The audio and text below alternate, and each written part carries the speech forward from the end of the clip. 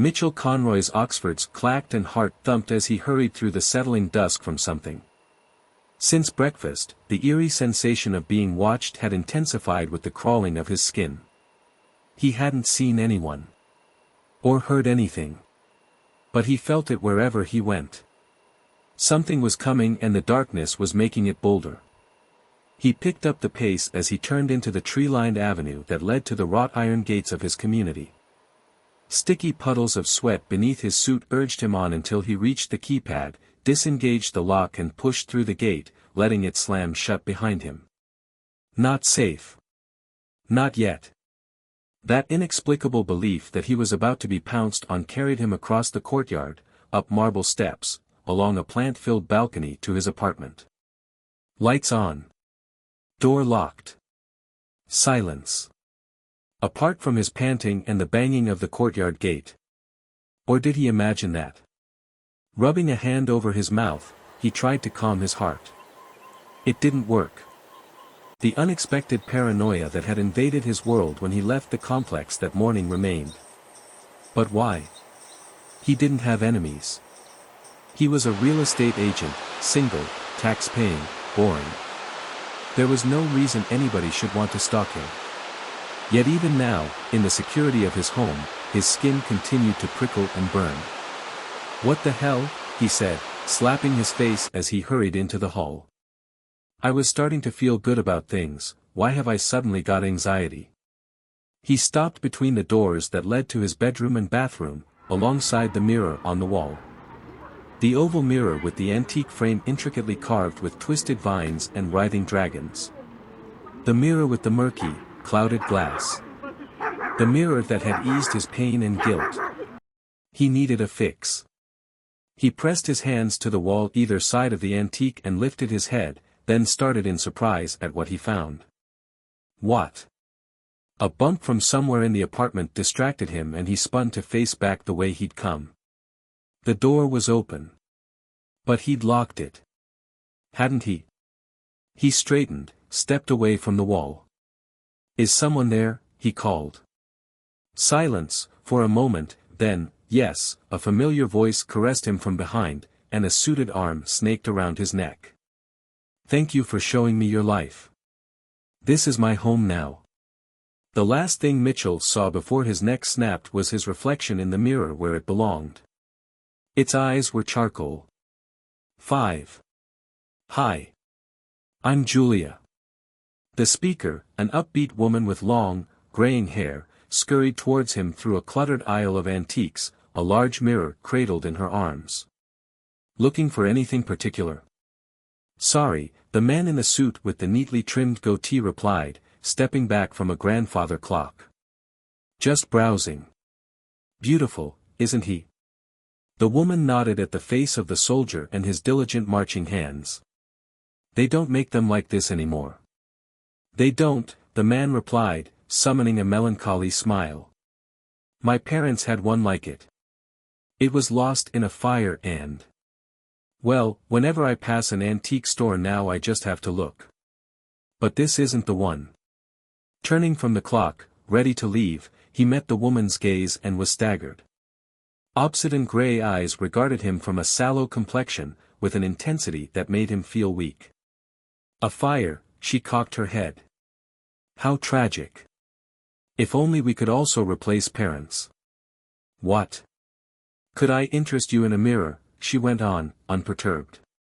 "I wrangled this job by impressing the owner with my knowledge but I still need to make a sale. This mirror needs a new home and I know you'll make a good owner. It's Japanese. Prieto. Isn't it beautiful?" As she spoke she held up the mirror, so he couldn't help but peer into its depths.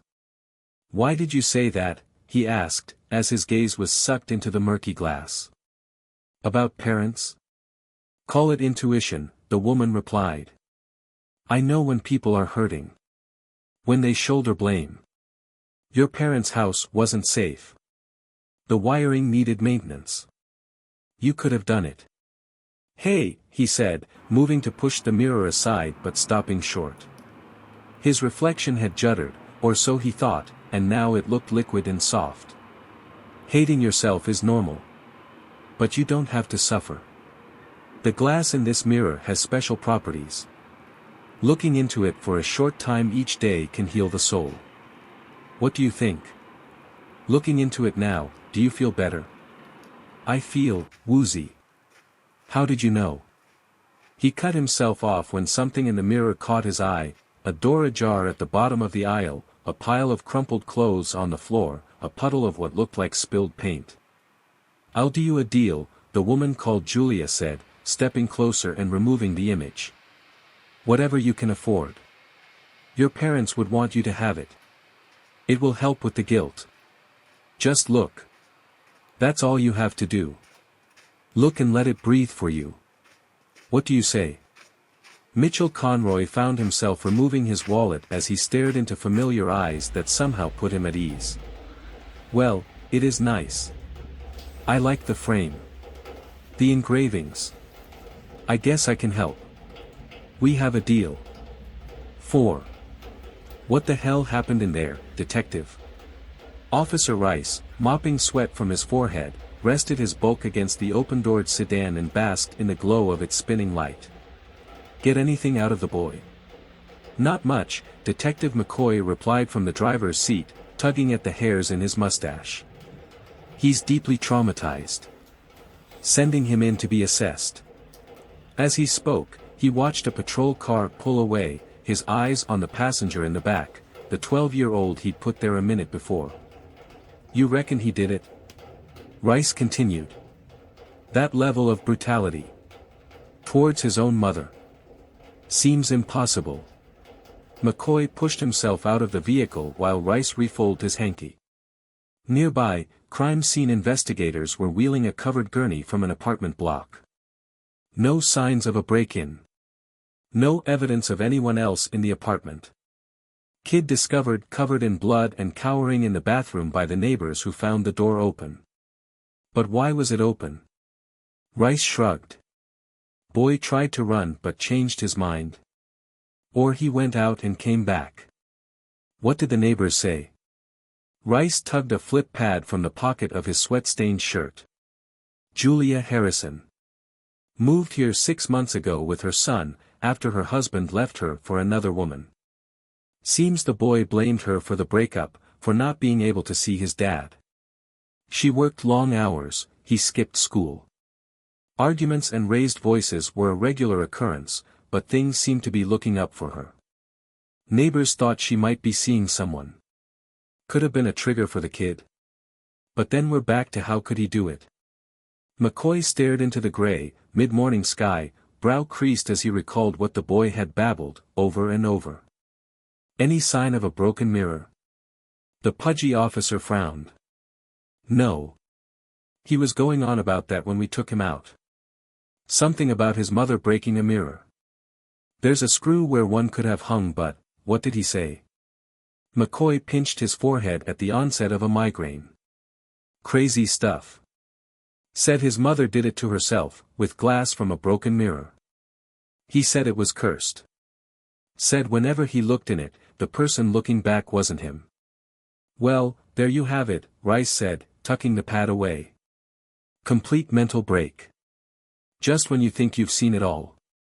McCoy hummed as he watched the remains of Julia Harrison be loaded into the back of an ambulance. He wasn't so sure. He'd looked into the kid's eyes, recognized his fear. He was telling his truth. Regardless of what had happened in that apartment, there had been a mirror where one was not now. And this case would not be solved till it was found. 3. Hayden, I got a call from the school. They want me to go in. Again. Stepping around discarded clothes and empty soda cans, Julia opened the curtains in the dimly lit bedroom before turning to her son, who was lying in bed on his phone. Hayden. Are you listening? No, he snapped, jumping up and storming out of the room. Why should I? You don't listen to me. You have to go to school, Hayden. It's the law. And it would do you good to make friends. I told you, I'll go to school in Riverton, not here. I hate the mouth-breathing morons in this shithole. All I get is weird looks and whispers. Sending you back to Riverton is not an option. I know you think I'm doing it to punish your father, but that's not it. Your dad is. Ugh. I don't like saying it, but he can't look after you. He's like a child himself. Don't, the greasy-haired preteen interrupted, stopping dead in the hall. Talk about him like that. I don't mean anything bad, Julia said, coming to stand behind him, wispy strands of gray hair brushing her cheeks. I don't hate him anymore. If I thought he'd be good for you, I'd let you go, but that's not the case. One day you'll understand. God, Hayden, things got so much easier for me when I surrendered my anger. They can for you too. Have you tried looking in the mirror? Jesus Christ. Hayden cast the antique on the wall a look of disgust. See, you don't listen. I told you I'm not going near that thing, there's something wrong with it. No, there's not. It's just old. But it does have soothing properties. I know it sounds crazy, but look what it's done for me. I haven't felt this relaxed in years. You have to give it a chance. If it's so good, why did Peterson give it away? Hayden challenged, stomping past the mirror towards the bathroom. Then go and strangle his wife. Why would you still want it after that? We don't know he did that. He was found dead too. Somebody else could have. That's irrelevant. The mirror was a gift. Just look. Hayden, at the bathroom, groaned when he saw his mother had taken the mirror from the wall and was coming towards him. No. As much as he tried not to look, he couldn't avoid making eye contact with a version of himself that made his skin crawl. Get away. He jabbed his arms out and shoved, causing Julia to stagger into the wall. She yelped, lost her grip, let it drop. Hayden, halfway through the bathroom door, stopped when he heard the smash. No. Julia cried, dropping to her knees in a puddle of glass. What have you? Tears in her eyes, she looked at her son and saw he was staring at the floor, the frame, the shattered glass. His eyes were wide. His mouth agape. His face had lost all color. Mum, he stuttered. And that's when she put her hand on a fragment of glass and felt it stab her. 200 in her account. 600 rent due. No pay for a week. She slammed the laptop screen down and dropped her head into her hands. Electricity, gas, groceries. TV, internet, phone. So much to pay, so little money, and stuck in this low-paying job, trying to sell antiques to time-wasting browsers. But she didn't have a choice here in Worth.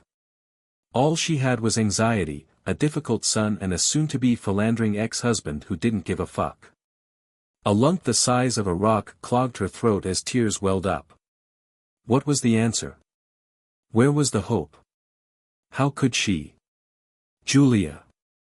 She yelped and spun towards a man in the door of the office, fear squeezing her heart until she recognized him as Douglas Peterson, one of the few regular browsers who bought. A gentleman, always immaculately dressed, white hair, bushy beard, sad eyes. Sad eyes that today looked dark. Mr. Peterson, she gasped. You scared me. My apologies. I didn't mean to. It's fine, Julia said, wiping her eyes as she slipped past him into the shop. I was in a world of my own. Haven't seen you in a while, how's the book? She grimaced as the question left her lips.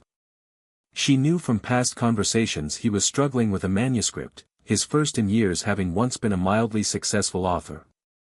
I gave it up, he said with a wave of a hand. The masses don't read my existing stories, they certainly don't deserve more. I'm sorry to hear that. She was, but not surprised. From what she had gathered, he was forcing it, and the process was destructive, not creative. Don't be. Trying to be successful in this day and age is a surefire ticket to despair. You know about that, don't you? I'm not sure, Julia scoffed. She liked the old guy but wasn't about to confide in him. Anyway. There's not much new I can show you, I'm afraid. We did get an armoire that. I'm not here for that, Peterson cut her off. I'm going on a trip. With my wife. Before I go, I wanted to give you this. He stooped to retrieve something Julia hadn't noticed, an oval mirror that rested against the counter. Carved vines and dragons twisted together within a tarnished frame that had once been lustrous gold, and its glass was home to murkiness and shadow. Something small, to thank you for your kindness these last few months. That's hardly small. Julia alternated her gaze between Peterson's face and her own, staring back from the glass. I couldn't. Of course you could. I can't take it with me. And it's a shame to leave it where it won't be of use. It's special, you see. Its glass has soul-cleansing properties. I know that sounds strange, but it's helped me out of more than one hole, and I know you're in a hole too. It needs a new home. You'd make a good owner. Take it. Look into it. Let it breathe for you. She opened her mouth to object, but her reflection shuddered like it was shaking its head, and something, curiosity, intrigue, made her think twice. Soul cleansing. Well, we all could use some of that. It will make you feel better. Trust me. Take it. It's a gift. That's very nice of you, Mr. Peterson. I don't know what to say except. Why not? 1. Douglas sat in his study, staring into the mirror. His mysterious Japanese mirror. Which he'd received as a gift from his archaeologist brother-in-law some weeks before. A timely gift that had freed him from writer's block, imposter syndrome and depression. It was ugly, with tarnished gold edges and clouded glass, but he didn't care. He didn't care about much anymore. Not his writing, not his savings running out, not his wife. Pushing him to betray his ideals by churning out crap. Since the mirror had arrived with a note about how it could nurture and heal strained souls, nothing seemed to matter except the solace he found in its reflection. The more he looked, the more relaxed he felt, and the more certain he became that nothing could interrupt his. For God's sake, Douglas. Stop staring into that thing. You haven't written in days. His wife's reflection appeared behind his, scowling while his only smiled. It's okay, Shell. There's no need to write. Not when I have nothing to say. Well, you better think of something. We need money. I'm sick of scraping by on the pension. You need to write a book. Damn Richard for sending you this hideous thing. What was he thinking? And I can't get in touch with him, it's like he disappeared off the face of the earth. It was a lovely thought and it's helped me feel better. What are you doing? You're wasting time, she said, taking the mirror off the wall. I'm moving it so you can focus. No, Shelley. You can leave it. It takes away my anxiety and... Stop it, you sound like a child. Get typing. You can do 5,000 words today what's that? Douglas, behind, saw what she did, something inside the glass shifting. Dark shapes swirled. His reflection behind hers warped. Its eyes darkened. It seemed to lean forward and then, like a mirage, two shimmering arms slithered forth and silver hands closed around her neck. She screamed and dropped the mirror and Douglas staggered back as it fell, allowing a blurred form to slip out. An unstable form that was dressed like him. A half-melted form that wore his face. It stepped out of the glass as the mirror landed, its surface rippling and blurring as it broke Shelley's neck. Douglas clutched his chest and collapsed. The thing that looked like him released his wife, let her crumple to the floor, picked up the mirror. Douglas rolled onto his front, chest tightening, started to crawl towards the door. Wait, his own voice said, and he loosed a feeble cry. I want to thank you. The impossible thing, now solid, stepped in his way. It lowered the mirror before him. Its charcoal eyes bored into his soul. Thank you for showing me your life, it said, and Douglas' head flopped onto his arm. His eyes came to rest on the mirror. Its glass didn't show his reflection. Because his reflection was out. This is my home now. Douglas Peterson's heart gave out and darkness claimed him.